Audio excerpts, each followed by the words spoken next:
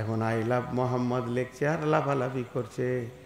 একজনের মুখে দাড়ি নাই, আবার আই লাভ মোহাম্মদ লিখেছে।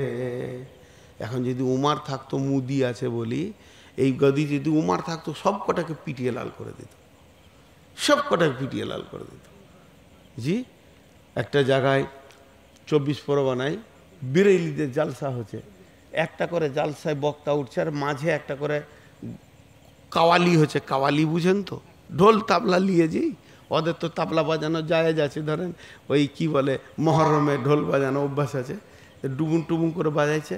একটা বক্তা নামলো, আবার একটা বক্তা উঠবে, তো মাঝে একটা করে কাওয়ালি আছে।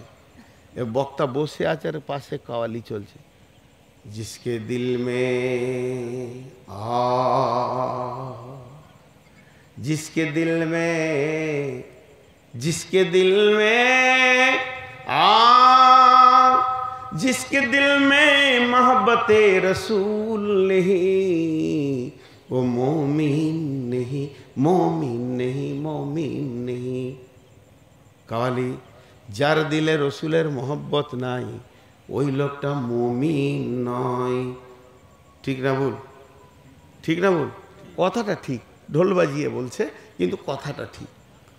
যে কাওয়ালি করছে ও জালসার দাওয়াত পেয়েছে, সকালে গোসল করে এসছে একবার ভালো করে, এগুলো বেলে দিয়ে চেয়েছে, তেল চকচকে লাইটে আরও তেল পারা লাগছে।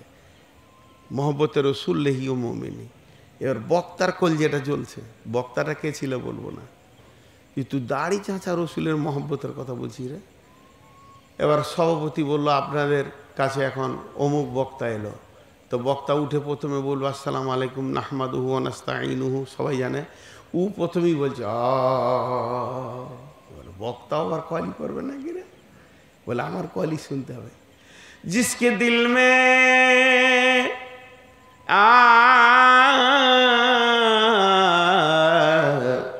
जिसके दिल में मोहब्बत रसूल होगा उसके चेहरे पे पता चलेगा, चेहरे पे पता चलेगा, चेहरे पे पता चलेगा। ढोल तबला ले पालिए छू साला, তুই মোহাব্বত রসুল বলছিস, তোর কাছে সুন্নত নেই, তোর কাছে দাড়ি নেই, তোর কাছে টুপি নেই, তোর কাছে আল্লাহ রসুলের কোনো সুন্নত পাওয়া যায় না, খাওয়াতে পাওয়া যায় না।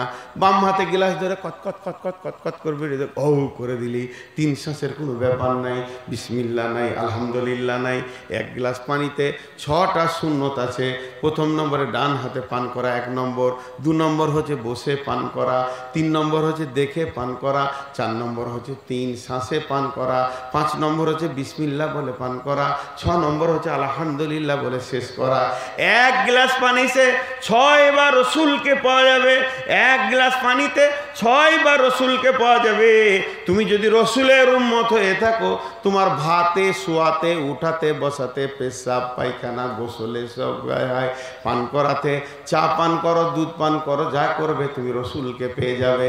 তাহলে তুমি আর চিন্তা নাই, যখন তোমাকে কবরে বলা হবে মান নবীকা, তুমি বলবে নবী মুহাম্মাদুর রাসূলুল্লাহ সাল্লাল্লাহু আলাইহি ওয়াসাল্লাম।